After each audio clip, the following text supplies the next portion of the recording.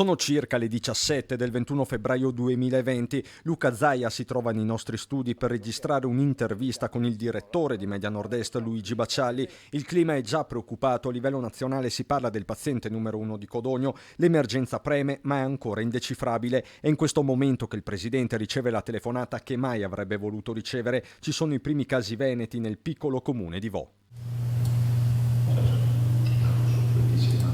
Dalla nostra sede di San Biagio di Callalta, Zaia si muove verso Padova, dove in serata all'ospedale di Schiavonia muore il 77enne Adriano Trevisan. È lui la prima vittima in Italia causata dal Covid. È qui che il presidente adotta misure drastiche. Quella sera vengono decise 3 cose fondamentali: tamponi a Vo, chiudere Schiavonia e poi mettere le tende riscaldate al di fuori degli ospedali.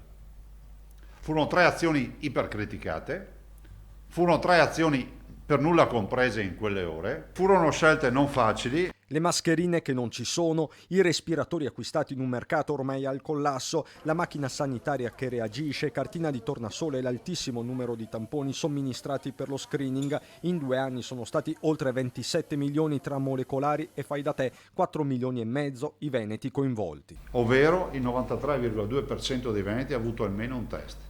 L'estate 2020 che arriva, la calma apparente prima della nuova tempesta e nella seconda ondata che le terapie intensive raggiungono il picco. Il giorno con più ricoverati, eccolo qui, è stato il 3 gennaio 2021. Avevamo pensato in ospedale quasi 4.000 persone.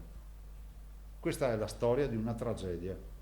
4.000 persone in ospedale. Il giorno dopo, il 4 gennaio, il bollettino segna il record di vittime, 122 in 24 ore, ma c'è già la speranza del vaccino, la cui somministrazione era iniziata ufficialmente una settimana prima, il 27 dicembre. Arriva il primo raggio di sole e iniziano le vaccinazioni, inizia quella campagna che oggi ci porta a oltre 10.700.000 inoculazioni eseguite. A 2 anni da Vo, il Veneto fissa un bilancio di oltre 1.300.000 persone rimaste contagiate, 13.726 i decessi. Tu non ti candidi per gestire una cosa del genere.